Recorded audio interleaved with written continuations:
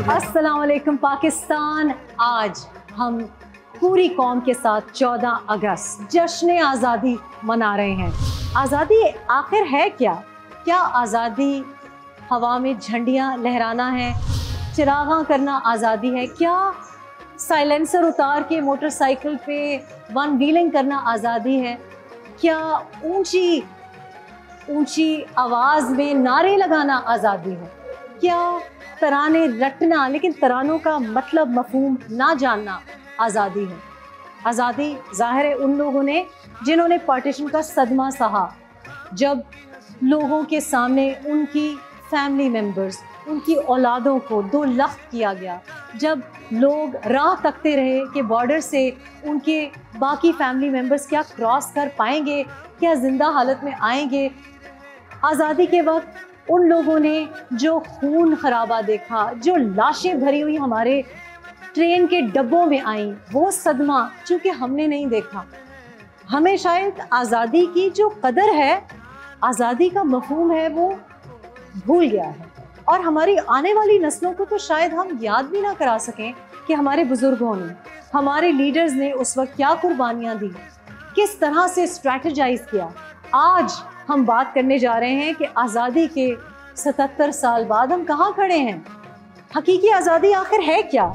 क्या आज़ादी का मतलब ये है कि आप सही मानों में आवाज़ उठा सकें जस्टिस के लिए, एक रिपब्लिक की जो रूह है उसके हकूक़ के लिए आवाज़ उठा सकें, अपना फ़र्ज़ निभा सकें। आज हम बात करेंगे कि आखिर हकीकी आज़ादी है क्या। सुनो अवाम की आवाज़ रेहाम खान के साथ।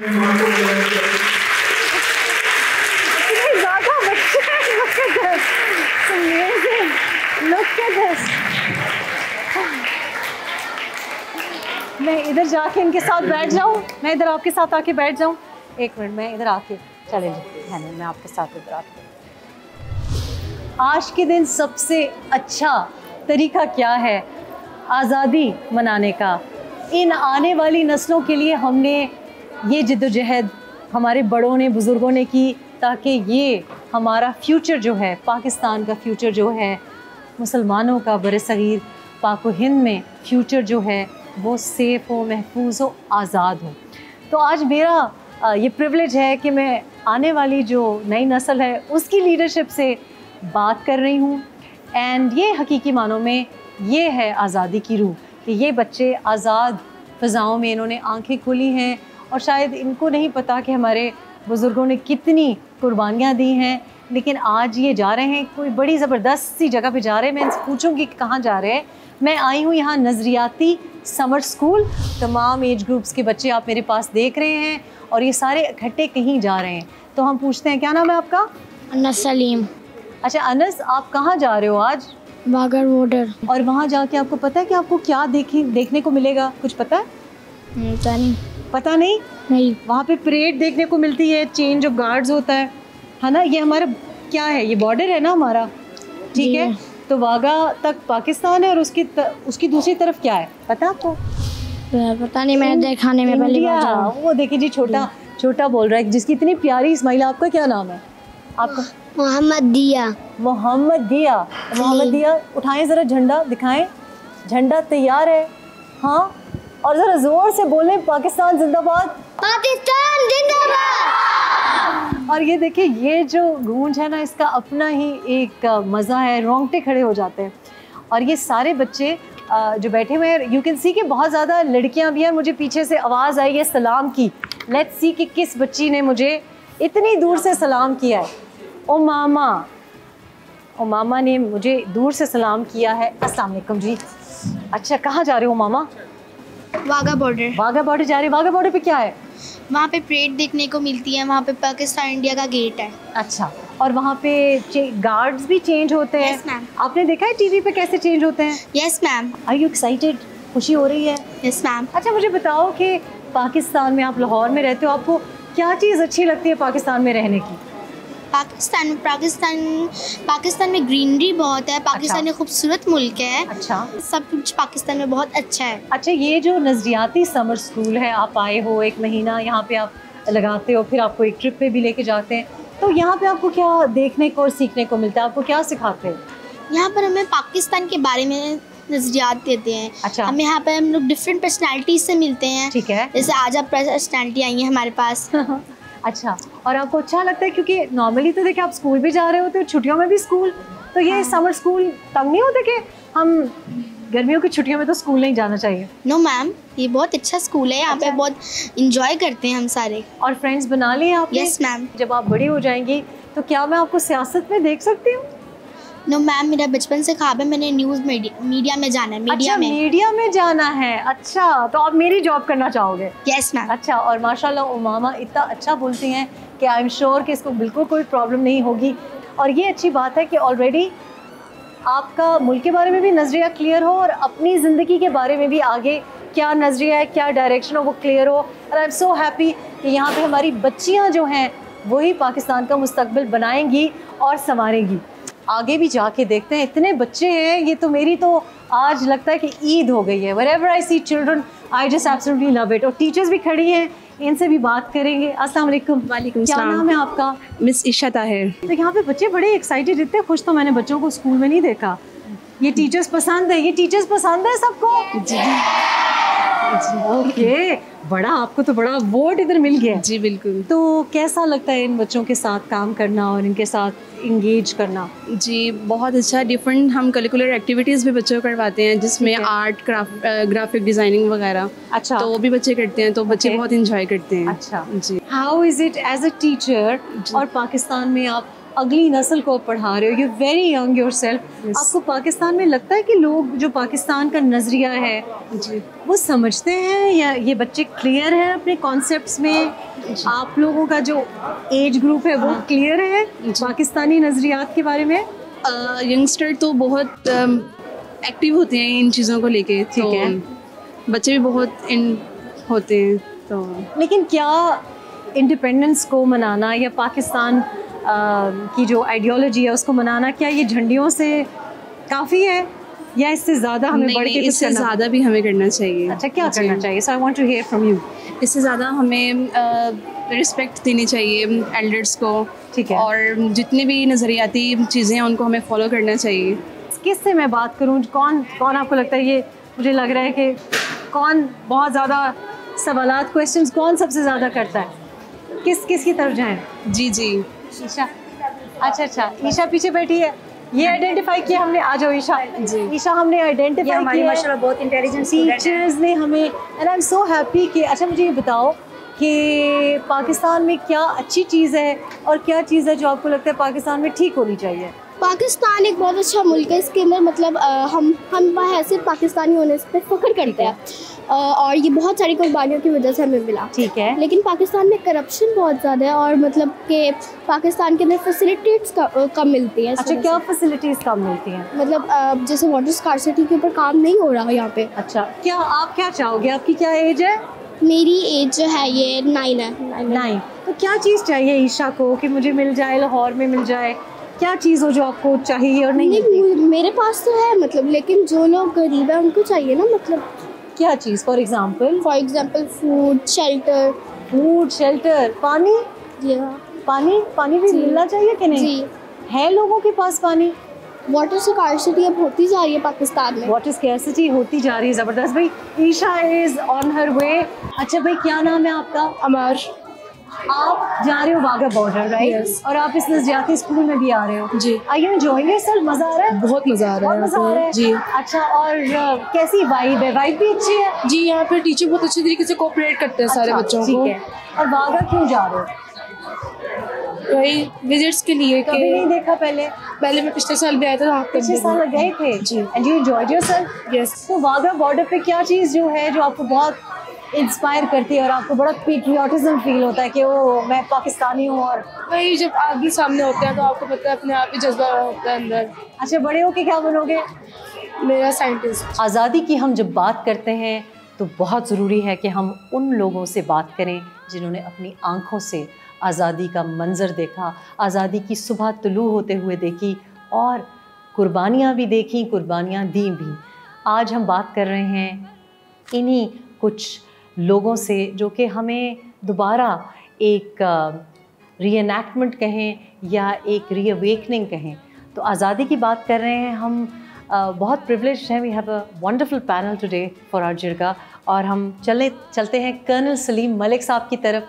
कर्नल सलीम मलिक साहब खुद बताएंगे कि इनका क्या रोल रहा थ्रू द इंडिपेंडेंस और किसके ये साथी रहे, और अपनी ज़बान में और अपनी अंदाज में जब बताएंगे तो हमें जितना मज़ा आया है, मैं उम्मीद करती हूँ हमारी ऑडियंस को भी, यंगर जो हमारी ऑडियंस है पर्टिकुलरली, उनको बहुत मज़ा आएगा। इनकी आवाज़ में इनकी ज़बानी सुनने का मज़ा आएगा। अस्सलाम वालेकुम जी। वालेकुम अस्सलाम।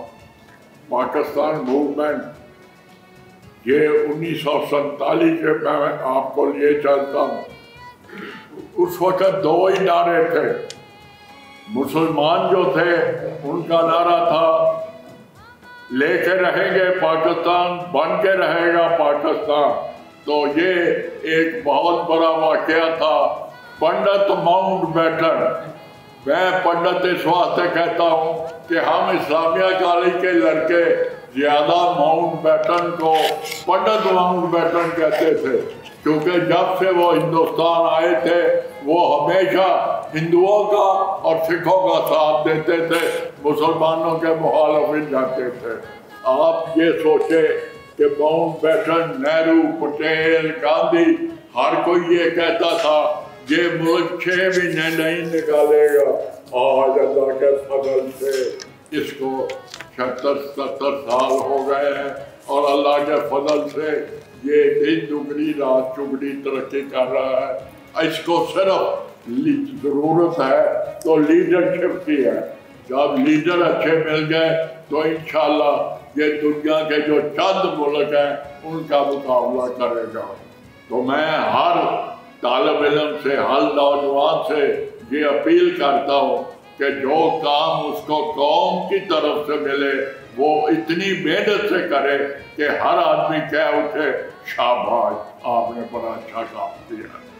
कर्नल साहब की तो हमने दिलचस्प गुफ्तगू, एक पर्सनल आई सपोज पर्सपेक्टिव मिला। मुजाहिद सैयद साहब, जब हम बात करते हैं तो what is intriguing to me is के मोहम्मद अली जिन्ना की एक जो पर्सनालिटी थी वो ऑब्वियसली बड़ी सेक्युलर पर्सनालिटी थी, वेरी फेयर और जस्ट जो इंसान हो।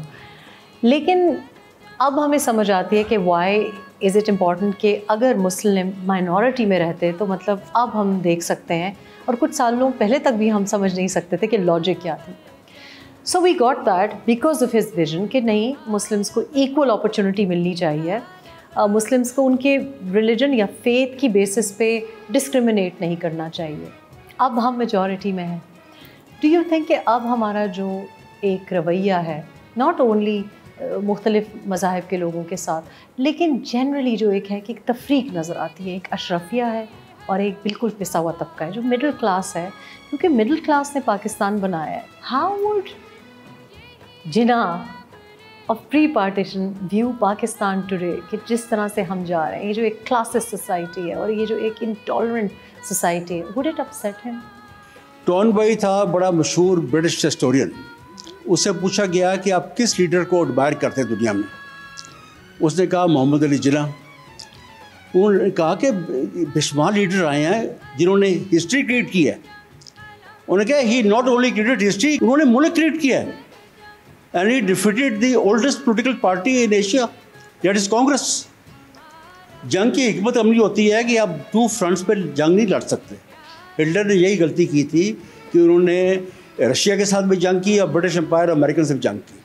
कायद-ए-आज़म ने जंग की ब्रिटिश के ख़िलाफ़, कांग्रेस हिंदू के ख़िलाफ़, सिख के ख़िलाफ़, और कांग्रेस नवाज मुसलमान जो नेशनलिस्ट थे उनको शिकस्त। बाकी माइनॉरिटीज़ की अपने बात की। कायद-ए-आज़म ने जो स्पीच की थी 11 अगस्त 1947 में, जो स्पीच की थी, उन्होंने कहा था you are free to go to your temples, you are free to go to your gurdwaras, you are free to go to their mosques. The state will have nothing to do with your religion and your private matters. अच्छा, आप politics पे भी अब obviously मतलब current politics पे भी बड़ा, world politics की बात कर रही हूँ, उसके ऊपर भी नज़र रखते हैं। तो मुजाहिद साहब, अब हमें एक पॉपुलिज्म दिखाई दे रहा है, एंड अब जो पॉपुलिज्म है वो बहुत सुपरफिशियल एक पॉलिटिक्स है। हालांकि अगर आप पार्टीशन के वक्त चले जाएं या प्री पार्टीशन चले जाएं तो वो भी एक आइडेंटिटी पॉलिटिक्स ही थी कि शनाख्त थी, लेकिन वो एक मुझे लगता है कि वो जेन्युइन शनाख्त थी और एक ज़रूरत थी कि भाई ये हमारे राइट्स हैं, ये हमारी एक आइडेंटिटी है, we should be allowed to practise our identity freely whether it is our religious beliefs. जैसे आपने कहा कि भाई अगर हम बीफ ईटर्स हैं फॉर एग्ज़ाम्पल तो हमें डिस्क्रिमिनेट ना किया जाए, लेकिन अब जो पॉपुलिज्म आई है दुनिया में वो हमेशा प्री पार्टीशन या पार्टीशन या कायदे-ए-आज़म मोहम्मद अली जिन्ना की स्ट्रगल के साथ अपने को मिलाने की कोशिश करती है, which I think is quite distasteful. लेकिन चूँकि नई जो हमारी पौध है वो समझती है कि हाँ उस वक्त भी तो हम कर रहे थे कि ये भी आज़ादी है। तो how do you see that कि जो अब पॉपुलिज्म कॉपी कर रही है उसको और एक्सप्लॉइट भी कर रही है एक जेन्युइन स्ट्रगल को, एक जेन्युइन आज़ादी इंडिपेंडेंस की स्ट्रगल को, ब्रिटिश रूल में से निकलने की आज़ादी को। लेकिन आप ये पॉपुलिज्म देखते हैं, आप अमेरिका में देखते हैं, फ्रांस में देखते हैं, एक जो extreme right wing populism Pakistan में भी देखते हैं। और हालिया दौर में उसकी वजह से मैंने देखा है कि यंग लोग जो हैं उसकी वजह से बड़े उनके माइंड्स बड़े पोल्यूट किए जा रहे हैं, जहाँ वो कन्फ्यूज्ड हैं। आजकल की पॉलिटिक्स में ये आ गया है कि I am right you are wrong, I am patriot you are traitor, I am honest you are rogue. मतलब जिसे कहते हैं आई लव मी, ये चीज़ आ गई है, ये यंग लोगों को पॉइजन कर रही है। मुल्क का कोई नहीं सोच रहा, वो अपनी पर्सनैलिटी कल्ट बनाने में सोचते हैं। This is the biggest tragedy, इसलिए ये मुल्क में तरक्की नहीं हो रही। प्रोफेसर सईद शेख साहब हमारे साथ बैठे हैं। Quaid-e-Azam Mohammad Ali Jinnah did not need कि एक एक बच्चे में पर्सनली इन्वेस्ट करें। एक मेंटोरिंग बिहेवियर है ना कि यू माय बॉय, मतलब एक डायरेक्ट अप्रोच है। अब तो लोग नज़दीक ही नहीं आ सकते। अब तो किसी लीडर के तो आप नज़दीक ही नहीं आ सकते। लीडर के नज़दीक अगर आप आने की कोशिश करते हैं तो कोनी खाते हैं या उसका गार्ड आपको परे करता है। So what can we say about not only the quality of leadership but the quality of followers also? कि क्या अब ये तरीका है कि आपने सेल्फी चिपक के खींच ली। अब कायदे-ए-आज़म मोहम्मद अली जिन्ना अगर आजकल के ज़माने में होते तो वो तो बहुत तंग हो जाते कि आ रहे हैं जनाब सेल्फी ले रहे हैं और फिर अपनी फेसबुक पे लगा रहे हैं। That is leadership, that is not politics. बात यह है कि कायदे-ए-आज़म के बारे में एक बात कही जाती है कि पाकिस्तान बनाया कायदे-ए-आज़म ने, उनकी बहन और अवाम, जमा अवाम जो है याद रखें हमेशा लीडरों से आगे सोचते हैं। मुझे याद है 42 की मेरी पैदाइश है। पाकिस्तान जब बने तो मैं 5.5 साल का था। रिमेंबर वन थिंग, हमारे तमाम लीडर जागीरदार ख़ास तौर पे मैं कहता हूँ, ये सारे 45 के बाद मुस्लिम लीग में गए हैं। 45 के बाद अवाम पहले शामिल थे और ये कायदे-ए-आज़म की बसीरत थी और कायदे-ए-आज़म की जहानत थी कि अवाम को लेकर चले, अवाम से मशवरा करते थे, अवाम को लेकर चलते थे। यंग जनरेशन यानी स्टूडेंट्स उनके रहनुमा होते थे। ये जागीरदार नहीं थे जो बाद में हमारे लीडर बन गए और खा गए पाकिस्तान को। देखिए ये बात मेरे लिए इतनी तकलीफ दे, और अब आपको वो जो अवाम और लीडर का जो कनेक्ट है वो तो नजर ही नहीं आता। कोई कनेक्शन नहीं है। हाँ। कोई कनेक्शन नहीं है। हर लीडर के साथ 2-4 उसके खुशामदी हैं, चमचे। हाँ, और वो रुकावट हैं लीडर के और अवाम के दरमियान। ये ज़रा वजाहत तो करें कि क्या वो सियासी करप्शन का आगाज़ हुआ, ये विड्रॉइंग रूम पॉलिटिक्स का आगाज़ हुआ, उधर ही बांट दी, अंदर खाने ही सारी मिनिस्ट्रियाँ अपनों ही में बांट दी, कैंडिडेट्स भी अपनों ही में बांट दिए, रिज़र्व सीट्स भी अपनों ही में बांट दी। तो ये नज़रिया पाकिस्तान तो बड़ी दूर की बात है। मतलब अब तो जो एक नज़रिया इंसान का जो इंसानियत का भी होता है, अब आप देखें ये हो क्या रहा है। तो लीडरशिप का तो फुकदान सब कहते हैं, लेकिन लीडर अवाम भी अपने में से तलाश नहीं करना चाहती। लीडरशिप का फुकदान एक लोअर लेवल पे, एक मिडिल क्लास तबके में भी है, जहाँ वो इन सुपरफिशियल एम्प्टी लोगों को लीडर मानने के लिए तैयार भी हैं। आपका सवाल इतना भरपूर है कि कई कहानियाँ मुझे याद आ गई। सुनाएं। और कहानियों से ही कहानी आगे चलती है। बिल्कुल। महातीर मोहम्मद का आपको याद होगा, अपनी ऑटोबायोग्राफी में लिखते हैं कि मैं जिस बस्ती में रहता था वो पसमानदा बस्ती थी, अंडर डेवलप थी, डिप्रेस थी। यहाँ कोई बच्चा काबिल होता था, कोई डॉक्टर बन गया, कोई इंजीनियर बन गया, किसी ने 4 पैसे कमा लिए। बीच में काला पुल था, नया शहर था, वहाँ अमीर बसते थे, तो वो यहाँ से निकल के वहाँ चला जाता था। कहते जब मैं डॉक्टर बना तो मैंने फ़ैसला किया कि मैं उस अमीर बस्ती से बेहतर अपनी बस्ती को बनाऊंगा। ये वो फ़ैसले हैं जो कौमों को उरूज पर ले जाते हैं। अब देखिए, कायदे आज़म के पास कोई दौलत की कमी तो नहीं थी, मगर कायदे आज़म एक दिन में नहीं बने। कायदे आज़म की पहली तकरीर जो है वो मुस्लिम औकाफ़ के हवाले से है। और जहाँ तक डेमोक्रेटिक रवैये का ताल्लुक़ है, जब पहली बार होम रूल के हवाले से कॉन्स्टिट्यूशनल कमेटी बना, इलेक्टेड कॉन्स्टिट्यूशनल यानी असम्बली बनी, तो कायदे आज़म अलैहिर्रहमा बम्बई से 1909 में उसके इलेक्ट हुए और 1947 तक इलेक्ट होते रहे। क्या वहाँ पर गैर मुस्लिम नहीं बसते थे? क्या वहाँ पर और लोग नहीं बसते थे? कायदे आज़म बाज़ औक़ात अपने मुल्क में नहीं है, इंडिया में, यूके में हैं, और कायदे आज़म जीत जाते थे। एक बार किसी ने, एक आदमी खड़ा हुआ मुसलमान, तो उसकी ज़मानत ज़ब्त हो गई थी और उसने कहा जी मेरी ज़मानत बनवा दो कायदे आज़म को। कायदे आज़म कहा ये काम नहीं होगा रिश्वत का। वो खड़ा हुआ था, अपनी ज़मानत खुद खोए। ये वो रवैये हैं। फिर दूसरा देखिए कि ये अवाम का एतमाद इतना अरसा बहाल रखना ये मामूली बात नहीं। लेकिन इसमें वही सवाल दोबारा के एक फाइन लाइन है ना कि अब भी आपको लगता है कि एक कल्ट फॉलोइंग है और ये अक्रॉस पार्टीज अभी ट्रेंड अडॉप्ट किया जा रहा है कि आप अपने लीडर को क्वेश्चन भी नहीं कर रहे। सो अभी एक पार्टी तक भी मखसूस नहीं है, आप लीडर की जो सिलेक्शन है ऐसे कैंडिडेट्स की या टिकट सेलेक्ट उसको भी क्वेश्चन नहीं कर रहे, आप उसके गलत को भी सही मान रहे हैं। So how do we tell the youth के ये क्या फ़र्क क्या है कि एक शख्स के ऊपर आपने, जैसे आपने कहा, बहुत तवील करियर रहा उनका, तो बहुत लंबा, अब तो लोग 15-20 साल को रोते हैं लेकिन वी फॉरगेट कि कहाँ से उनका आगाज़ हुआ, almost like more than half a century तो सिर्फ उनका एक मुस्लिम कॉज के साथ जुड़ा हुआ है। उसमें यह है कि हिंदुस्तान में हिंदू मुस्लिम कशमकश ये एक ऐसा कॉन्फ्लिक्ट और डायलेमा है जो रूल आउट नहीं हो सकता। उसकी एक बहुत बड़ी मिसाल ये है कि जब कायदे आज़म ने औरंगज़ेब स्ट्रीट्स में अपना घर बेचा और वो पार्टीशन के बाद भी बिका, तो उसको अपने जो कायदे आज़म से दोस्ती का दावा करते थे हिंदुस्तान टाइम्स के मालिक डालमिया कृष्णा, उन्होंने जब वो घर लिया तो उसे पवित्र करने के लिए गौ माता के मूत्र और गोबर से साफ़ किया पूरा घर। फिर उसके बाद वहाँ पे गौ रक्षा सेंटर बनाया फॉर द होल इंडिया। ये कॉन्फ्लिक्ट ख़त्म नहीं हो सकता। आजकल के पिगमीज़ 2 साल बाद 22 साल बाद बन के आ जाते हैं। ये मीडिया सेलिब्रिटीज़ हैं। मीडिया सेलिब्रिटीज़ कभी कायम नहीं रहती। अगर 25 यानी 2 करोड़ की लाहौर की आबादी है, अगर आप 2000 बंदा भी ले आएँ तो क्या वो रिप्रेजेंट करते हैं?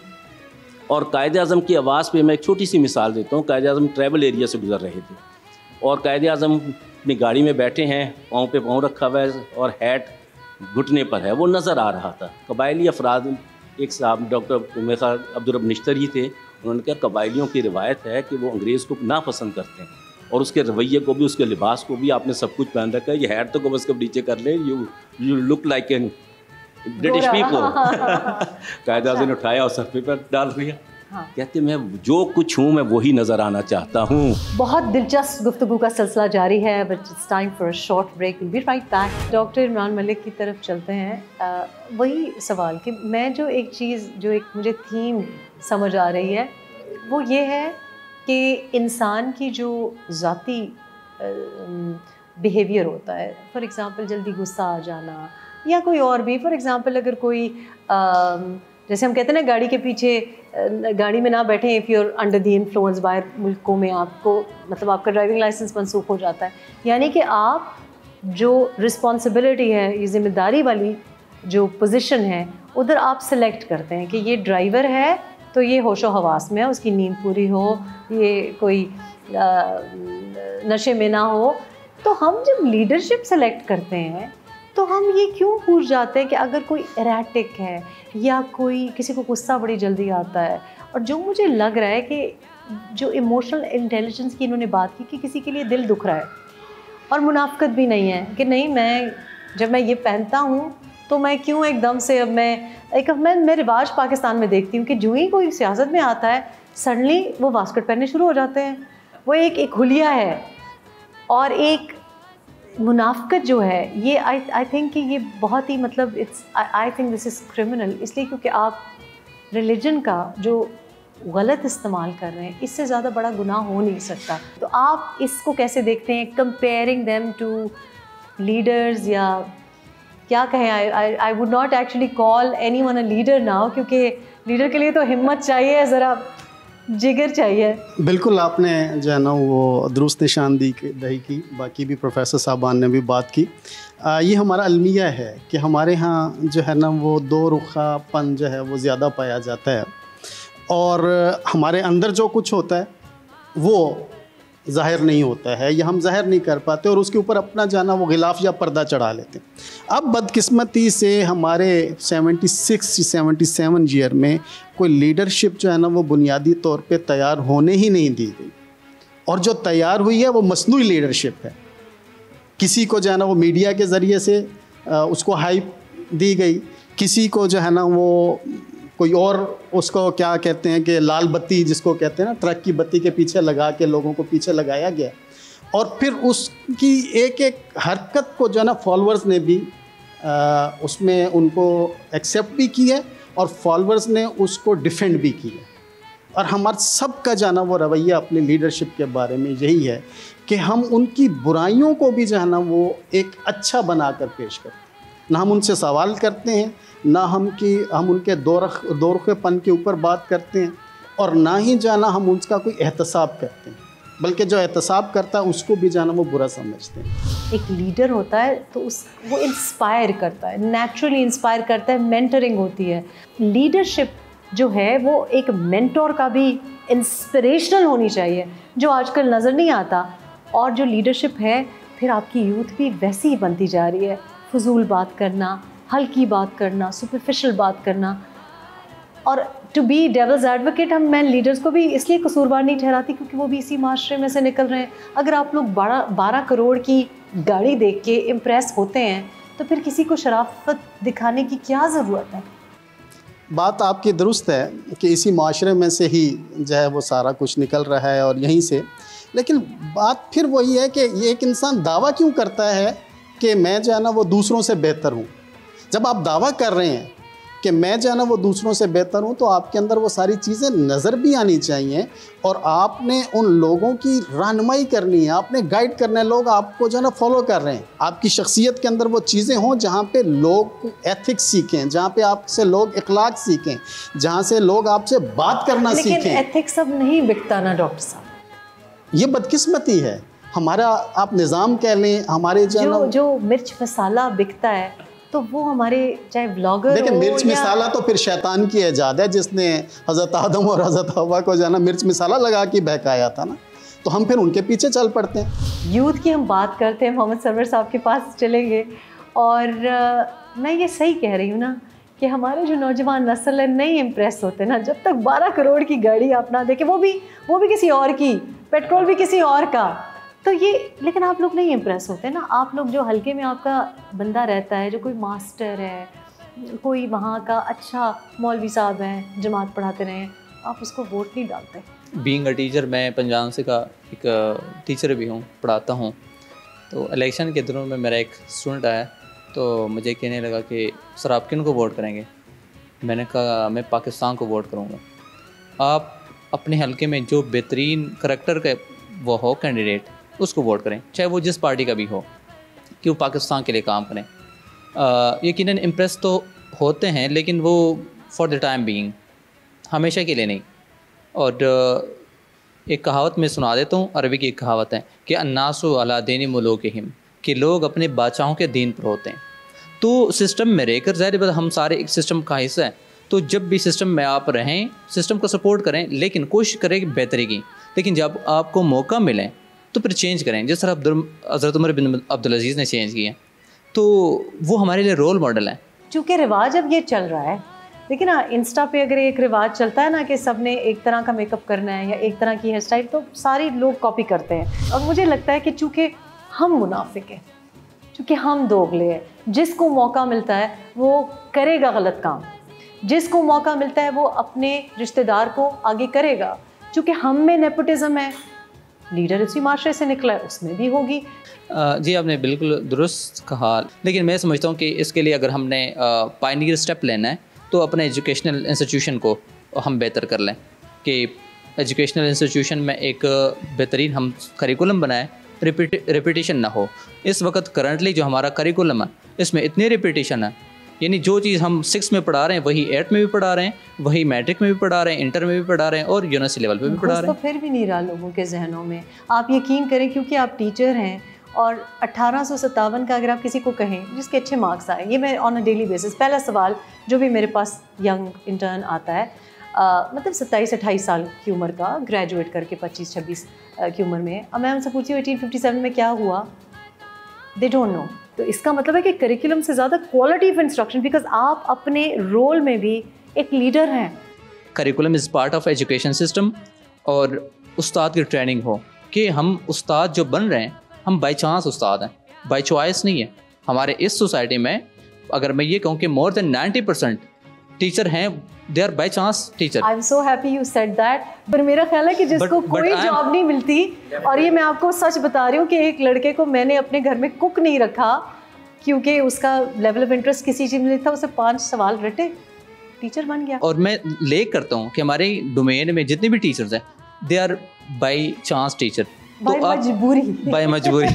तो सबसे पहले तो ये करिकुलम बनाएं ओ लेवल की तरह, ओ लेवल की तरह। सिर्फ ओ लेवल में 1 साल इस्लामिक स्टडीज़ का सब्जेक्ट पढ़ाया जाता है, उनको 1857 की भी नौ हो जाती है और उनको सब कुछ का पता चल जाता है। और हमें 4 साल मैट्रिक में, इंटर में, यूनिवर्सिटी लेवल पर पढ़ा रहे हैं, तब भी उनको कुछ नहीं पता होता। तो अपने एजुकेशनल सिस्टम में जौहरी तब्दीली लाने की ज़रूरत है, और उसमें टीचर ट्रेनिंग की भी ज़रूरत है कि वो बाई चांस टीचर ना बने बल्कि बाई चॉइस बने। ज़बरदस्त note to end the discussion on. और ये तो मुझे लग रहा था कि मेरी दिल की बातें की जा रही हैं। मैंने हमेशा ये बिलीव किया है कि हम आज़ादी की जब बात करते हैं तो ये किस किस्म की आज़ादी की हम बात करते हैं। क्या आज़ादी की का मतलब ये है कि हम कहें कि जी हम सुपीरियर हैं बाकी ममालिक से विदाउट अचीविंग एनीथिंग? तो पहले हमें अचीवमेंट तो होनी चाहिए।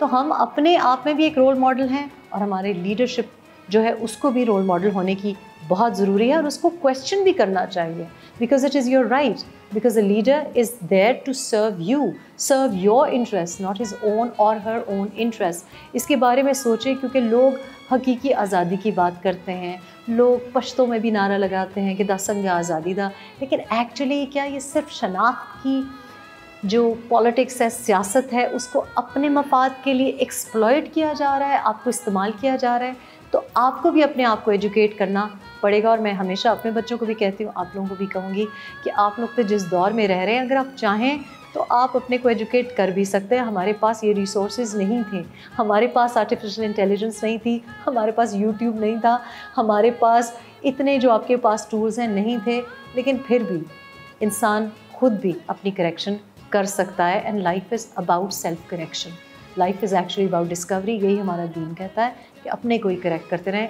अगले बंदे को करेक्ट ना करें। इसके बारे में सोचें, अपने आप को आज़ाद करें पहले, फिर औरों की आज़ादी की बात करें। अपना ख्याल रखें। पाकिस्तान